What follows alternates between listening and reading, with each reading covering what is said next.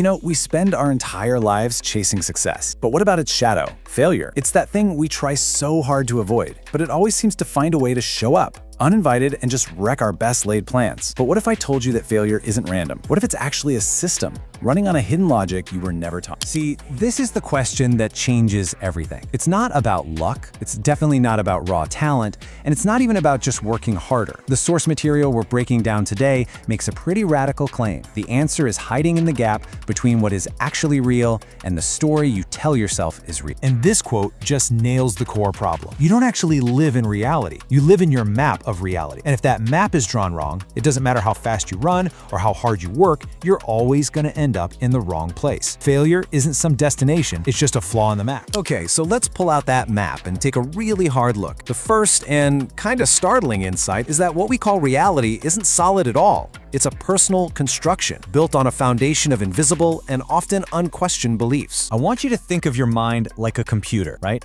It has an operating system that's always running in the background, filtering all your experiences and making decisions for you. But here's the catch. Most of us never even realize this system is there, let alone that it's probably full of outdated software and some seriously buggy code. So, the most crucial point is this: a belief is not a fact. It's a verdict you've passed on the world, a conclusion you accepted as truth, often without even thinking about it. It's a judgment that has become your reality, whether it's empowering you or holding you back. And how does all this buggy software get installed? Well, there are two main ways. Either it happens in a flash of really high emotion, a single traumatic event that creates a lifelong phobia. And this is much more common. It's through a slow drip of repetition. All the things you heard over and over again, from family, from school, from our culture, slowly hardening into what you now call truth. Now, what's really fascinating here is the idea that we inherit these beliefs like old family heirlooms.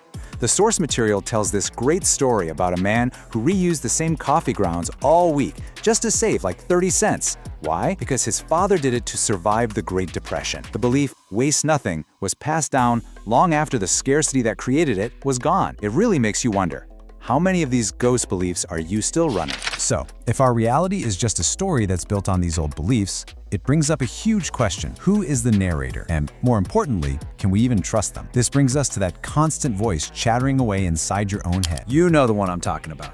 The constant commentator, the relentless worrier, that inner critic that just never, ever shuts up. It's like this frantic little monkey, swinging from thought to thought, chattering endlessly, and just stirring up chaos. This internal noise feels like you, but what if it's just a roommate you've never learned how to manage? For centuries, we've been taught that we are our thoughts, but the fundamental shift in perspective here is this: you are not the voice. You are the one who hears the voice. You're the silent observer, the calm awareness that's just watching the monkey mind's performance. The moment you truly get this, you reclaim all your power, because you don't have to believe everything you think. And once you can step back from all that internal chatter, you suddenly gain the power to question your external programming. And that includes one of the most powerful programs we all run, society's definition of success. This quote just cuts right through all the noise. We're taught to chase success like it's some external object. A bigger paycheck, a fancier title, more followers on social media. But the source material argues this is a total trap. True success, it's an inside job. It's all about the person you forge yourself into along the journey. Now, seriously, think about that for a second. Strip away all the external markers of achievement.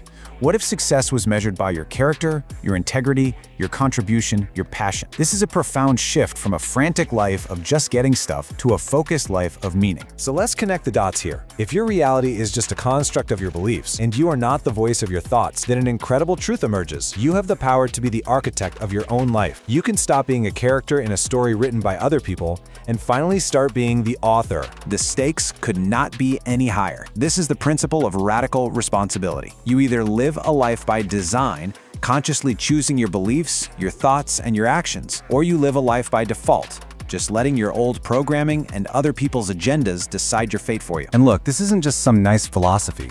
It's a practical takeover.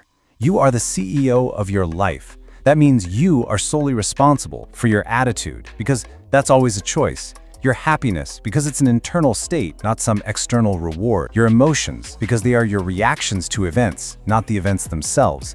And of course, your career and your time, which is your single most valuable, non-renewable resource. So, we've deconstructed the old reality.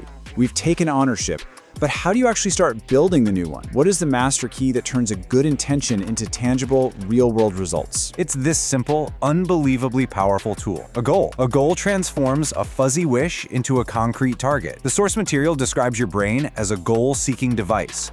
It's like a heat-seeking missile. Once you give it a clear, locked-on target, your subconscious mind works tirelessly to calculate the path and guide you right to it. Ultimately, this isn't just information, it's an invitation. You now understand the illusion of reality. You get the nature of thought, and you see the immense power of responsibility. The blueprint for a new life is literally in your hands. The only question left is, what are you going to build?